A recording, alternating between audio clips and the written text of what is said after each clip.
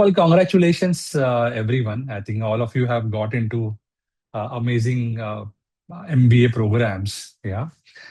So first of all, super congratulations. It's going to be an exciting journey, a journey that I also took around 16, 17 years back.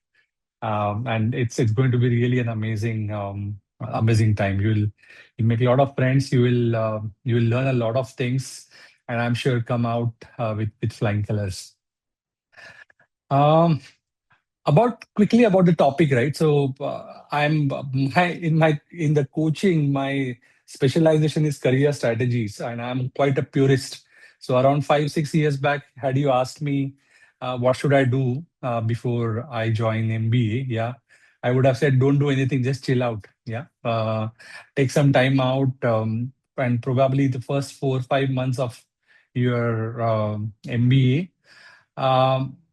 You try and figure out, right, what is it that you like, right? So MBA by definition is a very generalist upskilling program. Yeah, and I always feel that in this kind of program you can use rejection logic, right? So you experience so many things. You also do case study based learning. You have people from, I mean, when I joined my HEC MBA, we had 35 nationalities, right? And you will of course have so many people from different industries, different functions, different geographies. So learn from them and slowly figure out, yeah, what is it that you want to do in career. Because for most of you, probably this is going to be a last major upskilling, right? And a chance to do a major transition, right? And there is some magic in the word MBA. I don't know what, but in industry, with MBA, you can actually do almost impossible career transitions, right? So industry still feels that those 12 months, those 16 months, those 24 months are magical, right? So you are going to take advantage of that, yeah, and you should, yeah. So that's been my perspective. But for the last 5 6 years, especially for consulting, IB and some of these high intensity, high competitive careers, yeah, things have changed a lot. Yeah, market has become extremely competitive, and if you ask me, right now, I mean, since last couple of months, I'm already coaching candidates who are going to be your batchmates, yeah, who are going to join, right? Because they have already started preparing. Yeah, that's because of the competitive nature of consulting, right? So I hope most of you want to give chance to consulting, right, post MBA, and that's why we are here. Yeah. So let's quickly start. There are a lot of agenda items that my team has put together, but my intention is the first five of them: introduction, consulting, etc. I want to wrap up probably in next 15 20 minutes and give you guys a lot of time for Q&A. I've already drafted a few slides about the question that you asked. So I think around 23 24 questions were there till almost 2 years, 2 months, 2 hours back. And out of them, I could actually identify 9 unique questions which I'm going to answer. I just saw that my team has sent me 3 4 more questions that you guys have emailed or messaged in last couple of hours. So I'll also try to answer those. In case I'm not able to do that, please just raise your hand and ask question, yeah, or just unmute yourself and ask question. Also, throughout this next 30 35 minutes, in case there is something on which you want me to spend more time, let me know. In case something is not clear, let me know. Yeah.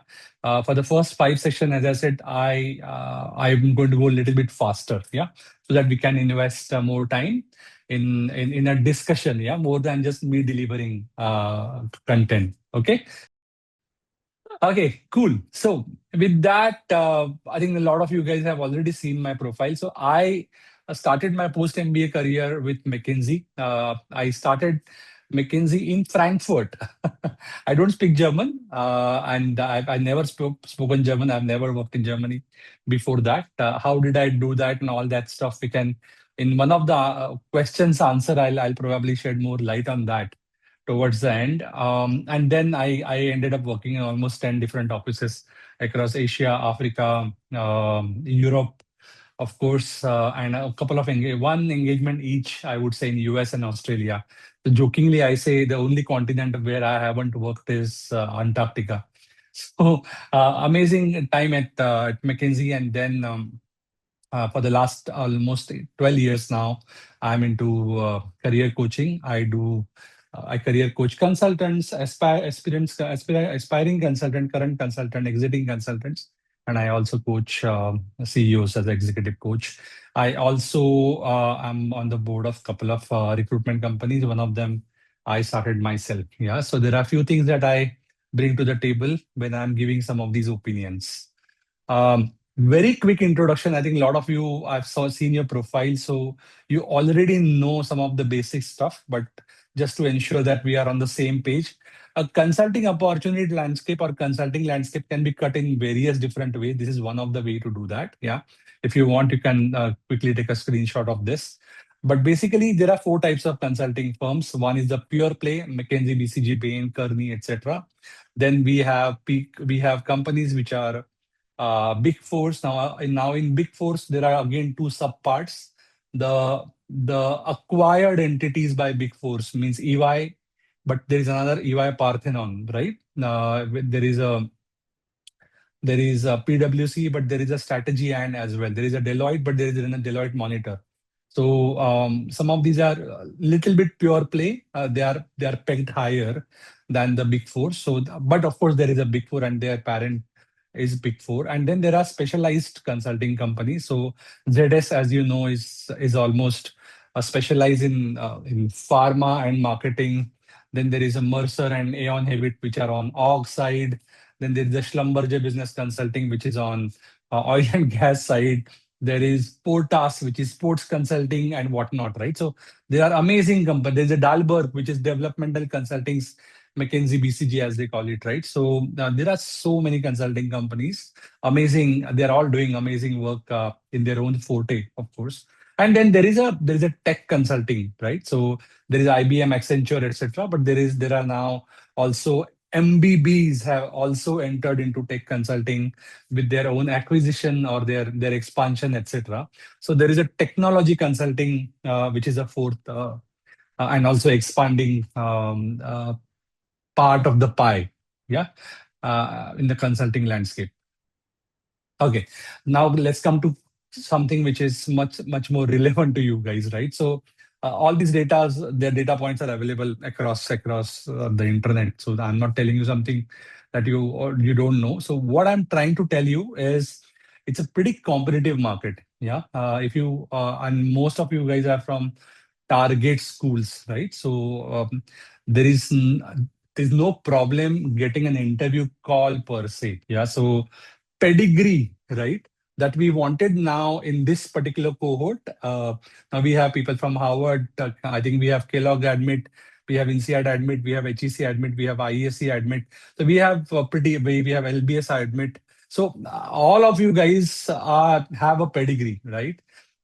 So this particular and think about it now. If the competition is going to be everyone who has a pedigree, right? So it is already creme de la creme, yeah. And within that cream, we want the cherry, right? So it's the differentiation is absolutely about preparation, yeah. So and we know the screening, right? 100 people when they apply, around 2 to 3 offers are generated. 70% people want to get into consulting, and you will see that once you start your MBA, you will realize when the consulting club or any other activities will be announced for the first time, everybody will flock in. Yeah, you will not have place to sit in that auditorium, right? Probably for first couple of sessions, and slowly, you will realize that a lot of people get filtered out. Yeah, some people can't take that kind of a preparation. Some people get rejected and get disgruntled, whatever, for whatever reason, right? And ultimately, there are few people who get the MBB offers or the top offers. Yeah, that this is part of life, or this is part of our story. Okay, this is going to be super competitive. Yeah, and that's the reason preparation is needed. I think somebody had asked me this question. So anyways, I think it is getting answered over here. How do they evaluate you, right? And I always say that um, don't start at the journey before you know your destination, right? And a lot of people, right from day one, start you watching YouTube videos of the cases or the Victor Cheng book reading and case in point.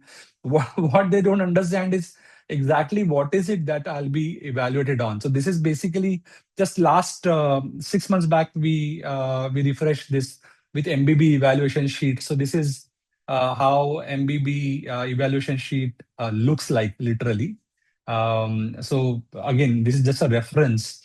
Not that you need to kind of work on this from today onwards, but just to tell you that you are actually evaluated on something like this. Yeah, and that's why I always say that don't prepare to crack a case, prepare to be a good consultant, because a lot of people go into tactical preparation, right? So what are the 50 tips, what are the 10 tips, how do I handle this? Yeah, but if you see actually in top consulting companies, what we want to have is like our own replica, right?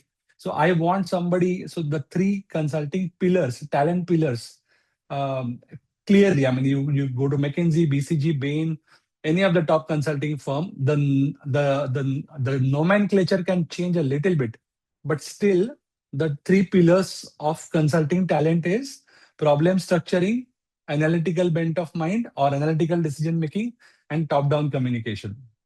And these are the three big chunks on which we evaluate candidates wherever you go. Yeah, and of course, then those three pillars are divided into evaluation criterias and evaluation sheets like this. Yeah, but the basic remains the same. So the intention when we coach candidates, yeah, to ensure that how do you behave like a consultant? How can you be a better problem solver? How can you be a better communicator? How can you be an effective decision maker? Right, and then the offer follows. Yeah. Okay. So, why next 2, 3 months, or for you, probably next 45 days or 2 months matter the most? Again, as I said, I hate talking tactical, but still, this is the reality of consulting recruitment. So, we have to kind of surface this. See, the the best way or the easiest way to get into MBBs or any top consulting firm is through internship. Okay, that's because for internship, first of all, competition is relatively lower. You will realize a lot of your batchmates, some of them with an amazing profiles, right? That they are not even ready for internship. Their CVs are not in great shape. Yeah, lot of people actually apply with the college profile CV. So now once you start your MBA, you will realize in the first month itself, the career department in your college, they'll start asking you for CV draft. They'll guide you to make a particular form of CV, right, which will go in their profile book. That is extremely ridiculous format. Yeah, that is only convenient, so that convenient for the profile book of an MBA school, so that every CV in profile looks similar, right? In MBB CV, the logic is exactly opposite. I want to highlight the differentiation, right? So, I mean, I'm just saying that preparedness, be it a case cracking preparedness, be it a CV or a profile preparedness, or sometimes even a decision. Do I really want to get into consulting? They are not even sure. As a result, a lot less people apply to internship. One, and secondly, the evaluators, the recruit, your interviewers, yeah, when they evaluate you, they also have that soft corner that your MBA has just started. So if you don't know, for example, what is discounted cash flow in a M&A case, it's okay, right? Because you are just starting the MBA. So that is a soft corner that I would have for an internship candidate. For a full-time candidate, boss, if you don't still don't know what is discounted cash flow or 4 P's of marketing, right? Then you are something is not right. Yeah, because then you're already almost 1 year into MBA. Okay, so one is the competition is less. Yeah, and again, these internships come amazingly fast. Even in for 2 year program, 1 year program, 1.5 year program, whichever you take it, right? You will realize it once you start your MBA. First 3 4 months will go like this. Yeah, you will take a lot of time to adjust. A lot of you are coming back to school, so the habit of taking a book and studying, right? That needs to be, kind of, you need to again get adjusted to it, right? Then people from different industry, different cultures. Yeah, sometimes you are getting into a weather which is a different weather. Luckily, most of the MBA programs start in summer. Yeah, which is a great equalizer. I used to say that, but now after hearing about the European summer, I think even that statement needs to be corrected probably. But I mean, for example, before joining HEC, I was in Shanghai, and before that, I was actually in India. And then suddenly, imagine if I had joined a January intake in Paris, right? It's then, I mean, I would have probably died of depression, right? So the weather, the kind of the days are quite dark and all that stuff. So there are a lot of changes that happen in 3 4 months. You are getting adjusted. Your first, I mean, after a long time, somebody is evaluating you on your answer sheet. You are writing questions, answers, and all that stuff, right? And suddenly the internship deadline comes. Okay, and so that time you don't have time to prepare. So that's the reason we should be preparing much earlier. Um, Third, this is another, I would say it's an advantage. There's a blessing in a disguise. I would say that if you prepare early, then there are a few other advantages as well. One is a lot of consulting interview preparation also goes towards your MBA preparation, right? Because some of these concepts are anyways going to learn in MBA. One. Secondly, consulting preparation is almost 70-80% covers all the other interview preparations. Yeah, cases are required for now investment banking interviews, for leadership development program LDPs. One, then the product manager role. A couple of weeks back, I was actually coaching somebody for Apple interview, right? Product manager interview. Now, product manager also interviews also have case interviews. So some of these fundamentals, how to structure problem, how do you deliver a recommendation, right? Answering why should we hire you, right? Telling an instance where you demonstrated leadership skills. Those fit questions, right? When you prepare those stories, yeah, they are anyways going to be useful for other interviews. And third, which is kind of a recent one of my, in fact, coachee told me a couple of years back, and I was like really surprised to hear this advantage. What happens, no? If you start early, then you also end up getting better prepared partners in your B school.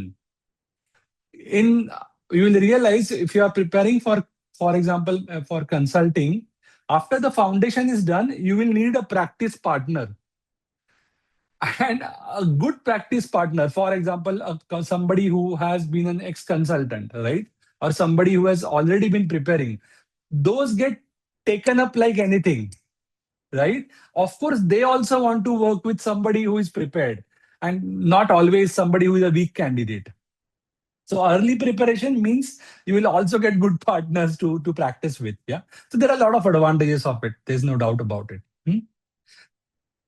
Okay. So what I suggest, right? So now that you have around 45 odd days, or let's say 60 days, right, before your MBA starts, yeah, preparation is the second part. But even before that, because I think it's you probably would have realized by now that consulting interview preparation, especially if you're targeting top consulting firms, it's a quite an investment of time. Yeah. So one thing that I would say is start off with getting the clarity whether consulting is for you and you really want to pursue consulting. Yeah.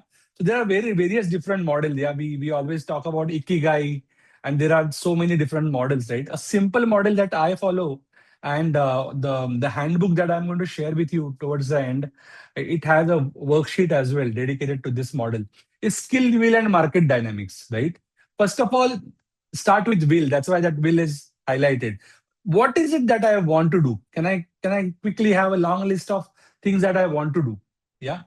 Can I then map some of that this long list? Can I shorten it by the factors of skill? Out of this, what is it on which I have very good skills or the skills that I can develop?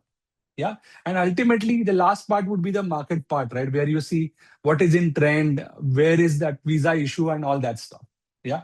And I'll not spend too much time on this. There is a dedicated chapter on this in the workbook. Yeah. But what I'm trying to see is before you get into preparation, probably for the next 3, 4 days or in this particular week, have a little bit deeper and serious discussion with yourself, right? In terms of what is it that you want to do, and come out of the essays that you wrote to get into the B school. Most of those essays are written in such a way that you get an admit or you get a scholarship. Yeah. A lot of candidates say that they want to do this, but they really don't want to do that. Yeah. Now just be honest with yourself for a change. Okay. And think about honestly what is it that you want to do. Yeah. Not a bad idea if you're already in, you're still in working, or if you can, not a bad idea to take a small 360-degree feedback. Ask people around you, what is it that I'm good at? And what is it that I need to develop? Yeah. That 360-degree feedback is also an eye opener. I mean, for executive coaching, we conduct it as a coach, yeah, so that it is confidential. But at a small scale, yeah, you can actually also do it informally amongst people around you, those who have seen you. That now I'm going for an MBA, big investment. I really want to understand more about me. And as they say in psychology, right? Personality has two elements: identity and reputation. Identity means what I think about what I am, and reputation is what others think about what I am, right? So what others think what you are, or the way the world sees you, yeah, can also be very good inputs, yeah, because you might be in a completely different dreamland, right? That I'm really great a strategic thinker, and your boss or your subordinate might feel, you know, feel otherwise, right? Or the other way around, you might feel that I'm not good at this, but they might see, wow, I mean, she's really, really good.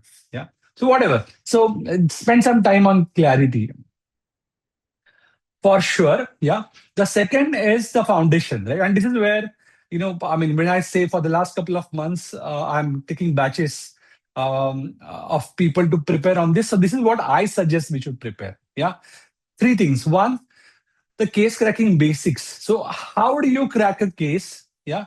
That entire dance of how to do paraphrasing, clarification, structuring, some analysis and recommendation, at least, get the basics, what can I say, understood. So learn how to walk the case. Yeah. I'm not talking about how to run and then preparing for Olympic run. That is the MBB last round. I'm talking about first learn how to walk. And why? Another reason is once you start and go and join your batch, right? Then you will also get influenced by others around you. And some of them might give you bad habits, yeah, of case cracking. Yeah. So learn something which is a case cracking basic one. Yeah. Second is the FAQs on the fit side. So as I said, why should we hire you, right? Or tell me an instance where you actually solved an ambiguous problem. Yeah. Some of these top 10 FAQs, no, or fit questions, I always tell my clients to do it beforehand. We can go deeper into fit preparation later on, but I'll tell you what's the reason for that. Let me finish the third part, and third is a CV. Now, why am I saying so? I think a lot of you have asked about networking, and some of you have also started networking. And why not, right? You guys have an amazing pedigree, and you're going to the amazing B schools, and those B schools have given so many consultants, right? So, telling that I am an incoming candidate and I want to have a 10-minute discussion with you to understand your career and get a guidance, yeah. A lot of times you will get those coffee conversation agreed upon. Yeah. But guys, always remember those coffee conversations, I suggest that literally consider them as half interview. And we are seeing it. Okay, just a couple of weeks back, one of my candidate from she's applying to Amsterdam office of BCG, and she was having a coffee conversation with a principal. That principal, after 5 minutes in the cafeteria, she said, "Okay, now that we are here, can you please guesstimate what's the annual turnover of this cafe shop?" Right. So uh, remember, somebody with a $4,000 hourly rate, if she or he is giving you half an hour for whatever career guidance, yeah, don't expect that she'll just talk about weather, or which school you have been to, or which languages you speak. That 30s, they also know that if you are asking for a coffee conversation, means at some point of time you will ask for a referral or some help. So they are also trying to test you a little bit. How serious are you? Yeah. They also understand. I mean, if you really perform well, they also are happy, because then their 30 minutes is really valued. So don't go completely unprepared. Go go at least, kind of little bit prepared. Yeah. And that's the reason I feel that some of these things, because if you can't even say why consulting, right, or why do you want to get into consulting, right, or if you don't have a couple of strong stories to talk about, if they ask you something and you are telling them 20-minute bedtime story and you are not top down, right, then you have already burned that contact. So this will happen now or in the first couple of months, once your alumni directory is open to you by career department. But this will happen in next quarter or so. And that time you need some arsenal, you need some weapons. Yeah. And then if you do really well in that conversation and they ask for your CV, then don't sit and start the CV. Otherwise, next 15 days you will take to at least make a good CV. That's why a good enough CV, right? A few, basic questions on the fit, and a good setup, a mental setup of how a case is done, right? A basic foundation is something that everyone should do before you join your MBA, or in the first month of your MBA. Yeah, so that you have all these advantages that we are talking about. Yeah, and of course you can then polish things. Yeah. So in a nutshell, right, for the next 45 days, what I'm talking about is get clarity. Yeah, there's no two-way about it. And again, in that handbook also will help you craft your consulting story. Why MBB? Why now? Etc. At least in your mind, get that clarified. Okay. At least if you are not taking any coaching support, at least ensure that your basic CV is ready in a consulting CV format, right? And if possible, do the case and fit fundamentals. Okay. So this is important. This is something that of course I coach also, right? And then of course term one onwards, you know what to do, right? You need to deepen your preparation, you need to take it forward. Yeah. But don't ignore these things that I have listed in the first 45 minutes, 45 days. Yeah. Now, preparation, again, this is again another question that somebody had asked, that how much time does it take to, what kind of preparation is needed to get into MBB? And I feel for a career as structured as consulting, the preparation also should be structured, right? So that's why I always say that do the foundation first, okay? As a phase one, then parallelly open two threads. With the foundation done, then start networking confidently with a good CV, good networking pitch, and a 20-minute conversation you should be able to hold very, very strongly. Yeah. And parallelly, with your batchmates, with anybody that is there to help you, your friends from McKinsey, BCG, or a coach, yeah, do practice. Get more cases under your belt. Okay. And then closer to, let's say, 15 minutes, 15 days, 20 days before your deadline or your interview date, again come back and do the final polishing. Yeah, that is where we actually do very company specific cases, partner round cases, double objective case, conversational cases. So go notch above and polish your performance. Yeah. And of course, then I always say that once you get an offer, that's not the end. If you really want to be a happy consultant, you should also prepare to start well in consulting. Yeah. So should prepare for the first 100 days in consulting, which is the which is the number five point that we are talking about. In any case, what I'm trying to tell you is, if you really single out the number of hours, right, that is needed, that for a candidate as strong as you guys are, right, in top B school, yeah, around 200 hours worth of preparation is required if you are self-preparing. Yeah, of course, with expert support, we can actually, and we have seen it that it's somewhere around 80 to 100 hours preparation. So the preparation time comes down to by half for sure. Yeah, and that doesn't mean you need to buy 100 coaching sessions. Yeah, what I'm trying to say is that if you get a very selective material to prepare, right? If you have a right way of approaching preparation, then overall your time that the preparation will consume, that will come down to 100 hours. Okay, but it won't be lesser than this. Yeah. So and on one side, I'm telling you that with an expert help, you will take less time, but don't expect that you will start a preparation a week before McKinsey interview and you will crack it. That is not going to happen. You need a consistent preparation for to crack into any good B school. Okay. And I think why not, right? Because I feel that you guys have, I always call MBA these days a $250,000 bet, right? So if you talk about your tuition fees, leaving, and opportunity cost, you have done a huge investment, right? And it's not a bad idea to, kind of prepare well. See, because subject knowledge, domain knowledge, the professors at the school are going to kind of give you. You will know a lot about marketing, you will know a lot about strategy. Yeah. But the mistake that I see some people do is leaving career development topic to the last. Yeah.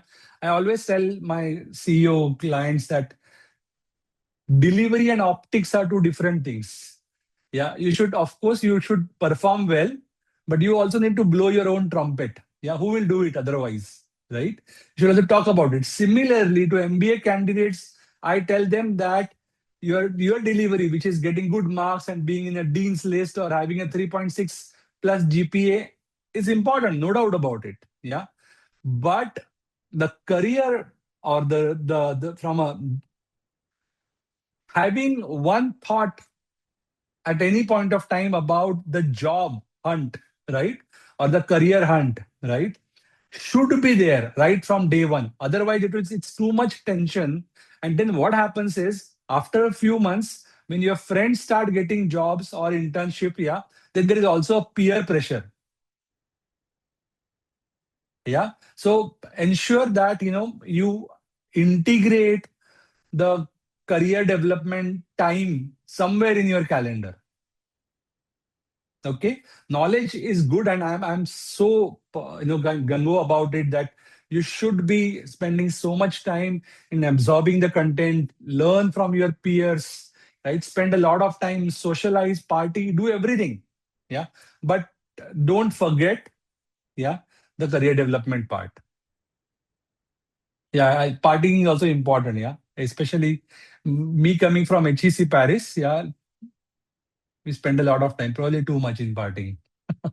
Okay, cool. So I think some of you have already seen my website, so you know that I help in multiple ways. So of course, you can engage me for any specific reason, be it CV, career clarity, career strategy, interview prep, whatever, right? Or there are different packages of break into consulting programs that you can also think about. There is also a foundation package, which is much more suitable if you are only looking at intervention at this point of time. And then there is something that I started last 5 years back when, as I said, this is getting much more competitive. So there is something called as MBA mentorship as well, where we are. I mean, I'm there with you throughout the MBA, and it doesn't have to be just a consulting help. It can be for any help that you need. Yeah, so it includes one-on-one session, and I'll always be with you on WhatsApp or offline support. Um, any point of time. Yeah, so I only take 10 students for mentorship because it takes a lot of time, and currently I have already have 7 for batches starting from September. Yeah, so do think about it. Now coming to your questions, and there's one slide for each of the questions, so I'll go directly to that. But yeah, I think out of the 21, 22 questions, there were a lot of common questions. And these are the 9 unique questions that I could identify. Plus, once it is done, please let me know in case you have something which is above and beyond this. Okay. So one question that probably 3 of you have asked is recruitment numbers have declined sharply in recent years, in last 2 years especially. Will this trend continue? Right.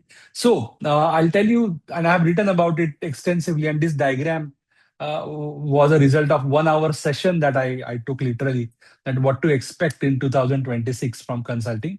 See, what we see is that the decline in 25 and 24 that we have seen, the rate of decline would not be as high or as sharp as those 2 years. So we feel that from that perspective, the worst is past. Okay. And now what we are seeing, no, it's very interesting. Now all these trends, we don't have probably time to cover it. But what we are seeing is selective hiring. Okay. One, overall, campus hiring percentage has declined.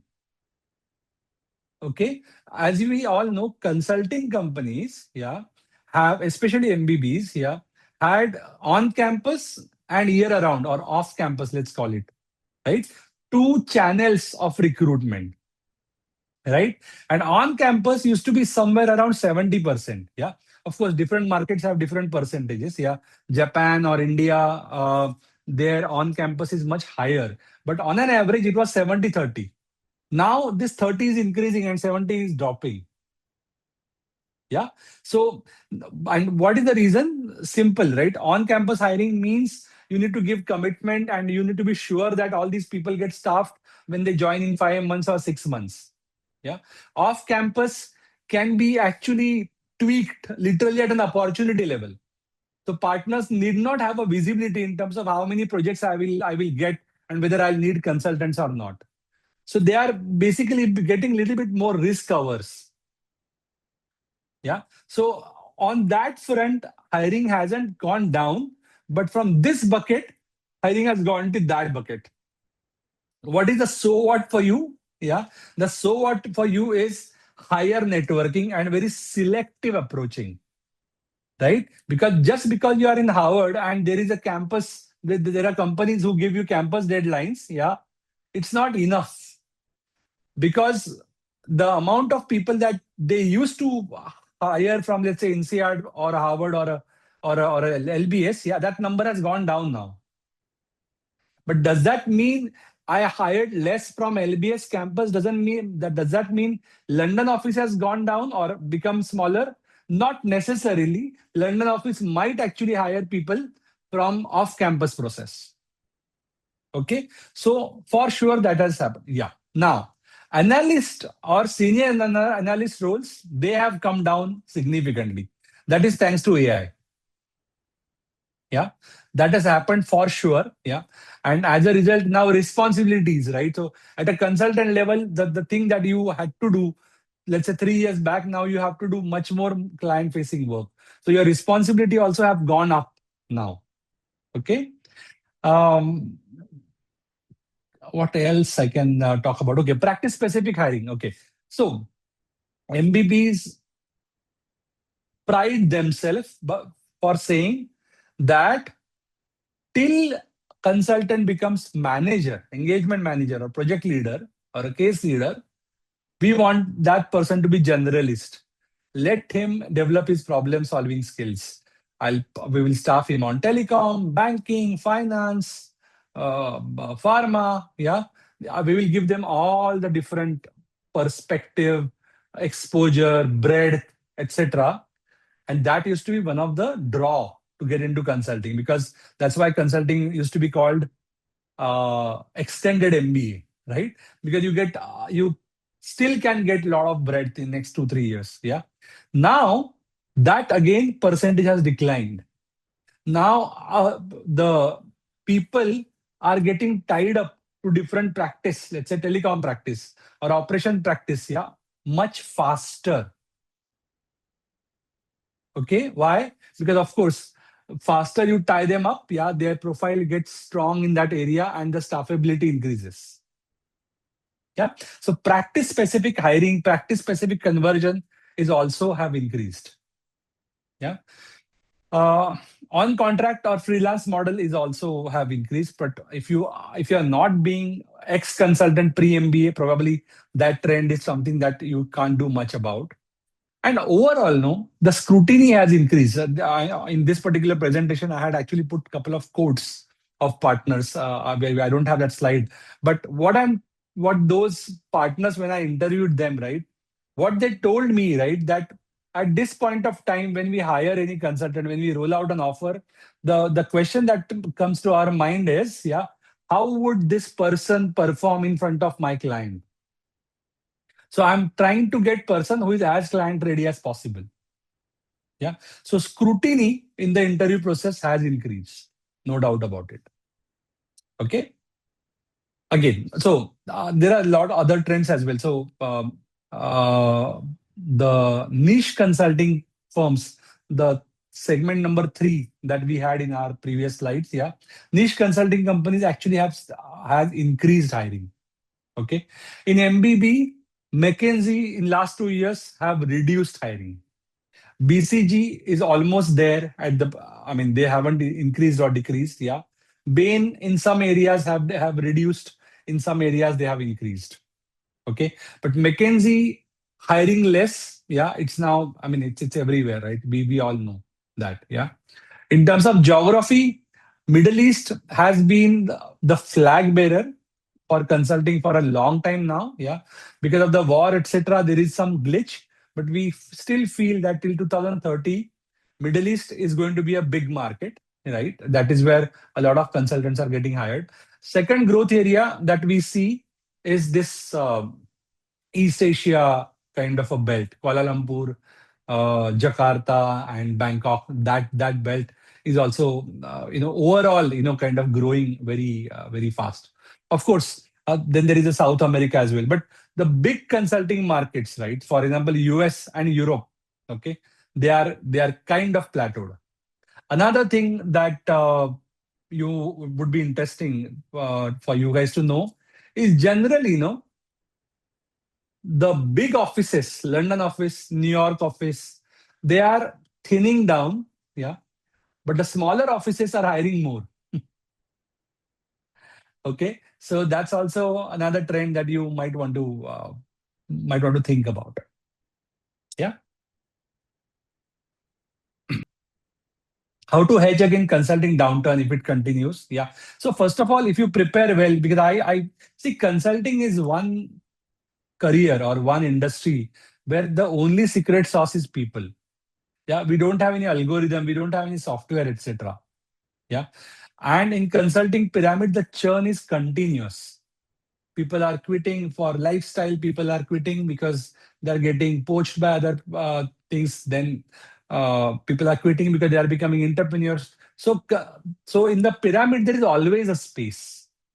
Consulting companies have never stopped hiring, by the way. Yeah, never ever. They did once and then they repented at the time of dot com. So that one at 99 2000 that time. Yeah, and it's well documented that 1 year pause in hiring, what havoc it created in consulting pyramid. So generally at a firm level, the hiring never stops per se. It just gets more specific. Yeah, and that is where the networking, etc comes into play. If you say McKinsey is not hiring, I'll laugh at you. It's not like McKinsey. You might say McKinsey in Riyadh is not hiring for let's say, infrastructure practice. Yeah. But in Riyadh itself, yeah, probably the fintech partner might be hiring. Okay. So when there is a little bit of downturn, it's very important that you go specific. Okay. Another, so of course you prepare well, right? And whenever you get an interview, you ensure that you crack it, right? See, it's in this kind of area, you're not going to get a lot of interviews, but your conversion ratio would be very good. That's why I always give example of Olympics, right? So you prepare as if whenever you get an interview, you will get an offer. That's the conviction you should have. Okay. Second, as I said, campus array, off campus. So networking you have to do, even if the companies are coming on your campus. Yeah, now, off campus you have to open up multiple channels. That is another thing. Yeah. Third is increasing the size of the pie. Okay. So, for example, I'll give you an example of somebody who is my a client from INSEAD 2024 batch. Okay. The market was extremely bad. Okay. But he was hell bent on joining MBB, nothing else. Yeah. So, for the first year, what he did know, he actually basically did something which I call the consulting adjacent roles. Means internal consulting role, internal strategy role, corp strategy role, chief of staff role. Yeah. Those are the roles where you get to work on project based strategic initiatives. Yeah. See, there are two types of people, right? So if you, let's say, don't get a McKinsey offer, right? And you say, okay, chuck it. Now let me get into product management or let me take a marketing job. Yeah. Then your chance of coming back to consulting or McKinsey is going to be very low. But if you say, okay, this year I couldn't do it, let me try and do something different. So I recently placed somebody in Bain in the Middle East. 3 years back, she graduated from a Spanish B school. She joined Mastercard Consulting because she couldn't get into MBB, right? Mastercard, 2 years, the internal consulting, yeah. Now from Mastercard to Bain. So you will see so many in India as well. I placed somebody who had from a very premium B school had joined Vector Consulting, which you probably wouldn't have, don't even know what the name of that company. Yeah. But after 2, 3 years, we did a second attempt and she joined BCG. Yeah. So that's if you really want to get in, yeah, you can stay in the hunt. That's also possible. Okay? It all depends how dedicated you are or how much that your investment you want to do in a consulting career. Okay. Could you describe a typical day? So this is a little bit naive question, and so this copy pasted right side image is a very well known image from a McKinsey presentation. So I'm just pasting it for the sake of it. But to be very honest, the day in the life of a consultant varies by a lot of things. Yeah, because uh, even McKinsey or BCG, right? They do strategy project. They'll do private equity projects. They will do uh, turnaround projects, right? They'll do operational efficiency projects, and depending on the type of project, then on in a week of the day, and so many different things, the schedule will change. Yeah. One thing that I can tell you that the schedule will have for the first 2 years at least, they will have a lot of client meetings for sure. Yeah. There will be a lot of time that we'll spend in analysis for sure. And there is another thing that we'll have, which is creating a presentation or creating the outcome of your analysis. Okay. So there will be a lot of analytical stuff. There is a lot of communication stuff. Yeah. Now this is not part of the slide, but this kind of brings me to career clarity point. uh, Consulting will involve a lot of people and people interaction. Yeah. So if you are somebody who wants to sit in the cubicle and you have that scientist kind of a mentality, no, then consulting might not work for you. It's a teamwork, huh, by the way. In consulting, there is no superman or superwoman. You can't, the ambiguity is a people ambiguity and data ambiguity in consulting. So you need to be able to work with people. Yeah, it's funny. So I had McKinsey and BCG offer, but still, in your mind you also, I don't know, maybe call it FOMO. At that point of time, the FOMO term was not there. But I also had an investment banking internship in M&A, right? So I also did a pretty good job and got an offer from investment banking. Uh, why did I do internship in M&A when that time I already had a BCG offer, but I still did it just to check whether I like it or not. Of course, I realized that I did not like it, and then I wholeheartedly chose consulting. But what I realized at that point of time is I don't like to be in front of the laptop or numbers all the time. What I like to be in front of is people, right? So that was my analysis at that point of time, basis which I took the decision.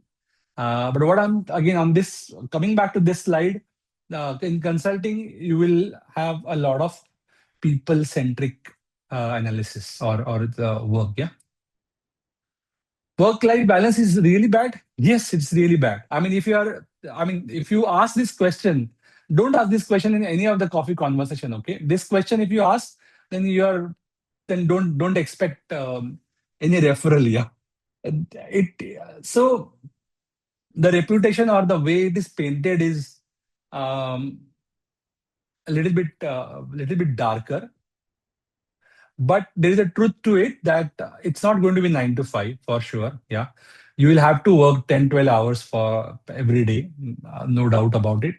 But remember that every project goes through different phases. Yeah. Consulting companies have a tendency of there's something called as front loading. So at the start of the project, there is always a firefight. There will be, you'll have to have those night outs. But then a lot of time after a steering committee meeting or after a midpoint review, there is a good time when you can actually go home, in decent times. Yeah. But again, then closer to the CEO meeting, it can be really bad again. Yeah, so unless you are like continuously working on private equity or only M&A or a strategy projects, right? And that won't happen. I mean, after a very heavy project, you can always request a little bit better lifestyle project. So if you can manage it, no, I had interviewed on my YouTube channel. There is an interview with McKinsey engagement manager. She puts it very nicely. She says that if you it's also about the your metric. If you think about it like a day, yeah, then yes, consulting work life balance is very bad. But if you expand it to an year, yeah, then it is not that bad, because in any other job, every day you need to work. In consulting, between the two projects, you are on bench. You can spend a lot of time at home. You can do a lot of your errands or whatever you wanted to do. After a 2 3 project, you can always take paid leaves, right? There are a lot of trainings where they'll send you, so there is going to be low time as well. So if I expand my time investment over a year or two, yeah, then probably it doesn't look that bad. Okay, so it's a perspective, but no doubt when there is a heat in the project, yeah, it can be really intense. Okay. Yeah, somebody had asked me what are some of the exciting projects I worked on. So I would say I was quite lucky and fortunate. I got a chance to work on a lot of different projects, and my specialization was strategy. So I was industry agnostic. So I helped an Italian bank to turn around after the Lehman Brothers crisis. I was working with the Prime Minister of Netherlands to attract investment under that uh, Paint the World Orange initiative. I've done a growth strategy for a government company. I've helped media company improve their profitability. My last project was Bank of Mauritius growth strategy. So almost for 3 months, I was in Mauritius doing their 10-year strategy. So a lot of I have actually done offshoring strategy for Vodafone. So entire Vodafone's NOC, Network Operating Center, moving it from Dusseldorf to offshore location. That strategy I've done. So telecom, media, these drums or packaging materials, government, bank, whatever. I was part of McKinsey's private equity practice for 3 months, 6 months. So I've done three private equity due diligences. So yeah, so a lot of different projects, challenging projects. Enjoyed it, no doubt. Okay, are there any differences? Yes, different. So 80% probably I would say hiring practices are same. But see, remember, apart from I think Accenture and Alvarez and Marcel probably, most of the consulting companies are partnership concerns. They are not listed companies. Yeah. And partner, you can consider it as like a king of the pyramid. Yeah. So there are few things which an office manager has discretion about. Yeah. That's why I think last year, if you are following consulting, last year, the funny thing was within BCG, they had three different assessments in a lot of different offices. A Dutch office and a Japanese office was using something else. Another UK office was something else. So this happens. Yeah. Um, the intensity, one is less tougher, more tougher, nothing like that. Yeah. But some of them are different. I don't know whether you know this, but now BCG UK, no, sorry, Bain UK, no, Bain or BCG UK has brought back the presentation case. Means I'll give you a 40-page case document, yeah, and you are supposed to analyze a few things, create slides and present. This practice was almost long gone since 2013-14. I had never seen a written case, but now BCG in some offices is bringing that back. Yeah, McKinsey keeps changing. So they had problem solving tests, PSTs, then something else. Now we have Sol. Yeah, I think last week I was in a McKinsey alumni webinar, I mean, a podcast, and they were talking about now changing Sol to something else. So uh, things keep changing, right? So and some geographical offices adopt it, some don't adopt, and that's why again very specific research, very specific networking is needed. Yeah. In terms of hiring practices, US still is a very structured market, a lot of on-campus hiring. Europe is less so. Asia is more so again. Yeah. How critical is networking? Networking is super critical, guys. I think now you would have realized that it is more critical than what it was. And see, don't just look at it from a perspective of generating an interview call. You also would benefit out of some of these nuggets, right? That you will hear from people. So why BCG, if I ask you, right? See, out of 10 candidate, 8 will give similar answer. The two which will talk about the project that you did with this particular company and they generated an impact was amazing. So where those kind of insights that you will get out of your networking, no, they are like invaluable. So the networking also helps you with fit interview. Networking also tells you the optimum usage of your time. Yeah. If a person says that for this practice, this partner is not hiring, you will not waste your time over there. So networking is, and I always say that networking, you should do it in any case because this is your, what can I say?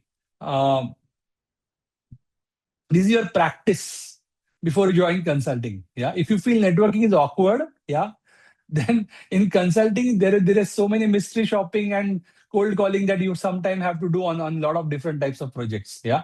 So you better get habit of networking. Yeah. Networking is an extremely important skill. Yeah. Whether you join consulting or not, but in during this MBA, if there is one skill that you need to acquire, that's networking. Networking is sales, by the way. Huh? It's just like sales. You knock on the 100 doors, 10 will open, one will buy. Yeah, same thing will happen. When you talk to 100 people, send 100 invites on LinkedIn, a few people will reply, a few people will be ready to talk, but that's okay. That's how it works. Yeah, but do it for sure. Visa, yes, and logistics. See, now there are so many different ways in which this can be answered, and this can be a full session itself. But my experience is, if MBB has liked a candidate, there is no problem of visa. They'll get the visa done. Yeah.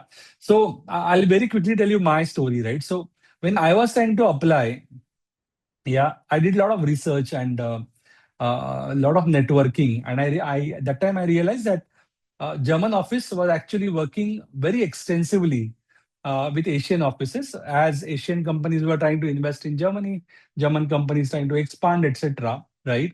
And that time, my USP was, in 2006, I was like probably one of the very few candidates who had worked in two of the Asian giants in India and China, right? So I used and leveraged that USP very aggressively in my networking. That would you get someone like this, right, in your market? Yeah. And then of course interviews happen, etc. Right. And now to get a German work permit means they have to prove that this kind of knowledge, talent is not available in Germany and also in European Union. EU, right? Then only my visa gets approved. But they do it. They have that muscle power to do it, right? So despite of me not speaking German or not having worked in Germany at all, yeah, I could do it, and I have so many candidates that I know where the visa has not mattered much. Okay. Having said that, yeah, there are certain things like, for example, in US these days, visa is becoming a big issue, and you know why? Okay, if I say that person's name, then I'll be, what will happen to my ex account. Anyways, one. Secondly, Singapore. So Singapore again has strengthened their ethnicity-based work permit logic in their work permit allotment, right? So if you are an Indian or a Chinese person, right, then getting a work permit in Singapore is almost impossible now. Yeah. So you need to go little bit market by market, yeah, and analyze, right, where is it that your situation will be not so bad. Yeah. And you should be able to do it. Don't, I mean, generally, if visa is the least problem, those category of companies, then those are consulting firms. Yeah. Consulting firms will go out of their way, yeah, to file a visa for you and to get you on board if they like you. Okay. Okay, cool. So I think I finished the questions. Okay. I'm anyways going to send this QR code by email. Yeah. So do download this handbook. Yeah. We have got a pretty good feedback on this handbook, and a lot of people have bought it. It's selling at $50, but for you guys it's free. Yeah. So take it. The link will be only available till Sunday. Yeah. Sunday end of the day, this link we will take it off. Hmm. Uh, Coming back to the questions though. Yeah. In case there is a question that I haven't answered, guys, please let me know. And in case you want to have a 20-minute free intro call, you can also book that on Calendly. I've given a QR code. Yeah. So yeah, I think there are some questions. Yeah. Shubham, please go ahead. Hi, Gaurav. I put my question in the chat as well, but I think I might as well ask you here. So, firstly, thank you for the session. Very, very insightful, great information. All right. So, I go to school starting January next year. So, I still have a bit of time. Mhm. My question is regarding networking, right? So, in terms of reaching out to execs or partners via cold DMs, is there any approach or a template that you would recommend, in terms of the content, right? Is it about, hey, this is my background and experience, this is the location I'm targeting, this is what I can bring to the table, and then maybe Right. some reference to some publicly available content or Okay. leadership that they might have published. Is that what that template looks like? Almost. So we have a networking guide, in fact, that we share with candidate, and which has Hmm. around 6 7 different templates, depending on the situation, right? Where what's the overlap and what's the overlap that we should be leveraging. Yeah. So that is one. But what you are talking about is making sense for sure. Yeah. Um, and see, what I suggest no is that start talking to people who have some overlap with your profile. For Right. example, whichever school year you are going, yeah, first tap into people who have gone to that school, yeah, or Hmm. whatever employer you are currently working with. Look at from that employer who has joined McKinsey or BCG post MBA or whatever, right? So you can always have some kind of a parallel, yeah, so that it is not completely cold. It's like semi warm kind of a message. Understood. Yeah. Okay. And just the second part of the question, if that's okay. Um, Yeah. is it worth reaching out to only the senior execs, or is it worth reaching I out to the suggest recruiters that as well? to start, recruiters don't do that, don't waste time. In Hmm. consulting, they have the probably the least what can I say, weightage. Responsive? Yeah. Rather Right. than that, I would say you reach out to consultants, Okay. junior consultant. You grind your teeth. Yeah. Get your pitch right. Yeah. And then you can go to managers and then probably partners, etc. Yeah. So practice. So I always say that before you go hunt tiger, yeah, you need to hunt rabbits. Yeah. Understood. Okay. So first, kind of start a little bit lower. Hmm? Hmm. Okay. Understood. Yeah, Thank you, Gaurav. Anshu. Yep. I hope Hey that Gaurav, answers. Go ahead. thank you for conducting this session. I think it was extremely useful. For some context, I'm joining Kellogg and I'm headed to campus in the next few days itself. So, Mhm. for All us, the best. thank you. For us, like you said, it's very relatable. I think the resume is due on 5th or 6th of August, the first version. So, I Right. can I totally know that. relate to yeah, Mhm. everything that you talked about. I was wondering, I know you talked about in general how should the practice look like right now, like first perfect resume and then start getting into practice some cases. But I was feeling like if at this point of time, do you think networking still makes sense, or should I start like getting myself into the drill of doing more cases, maybe forming like a group and getting into the drill of doing some more practice and reading up on consulting in general? Yeah, so that is what I actually spoke about. I feel that Hmm. first we need to do foundation and then Yeah. networking, because Yeah. foundation will give you a good language, right? And the networking calls will, have more bang for the buck, Yeah. right? So ideally speaking, that is what I would say.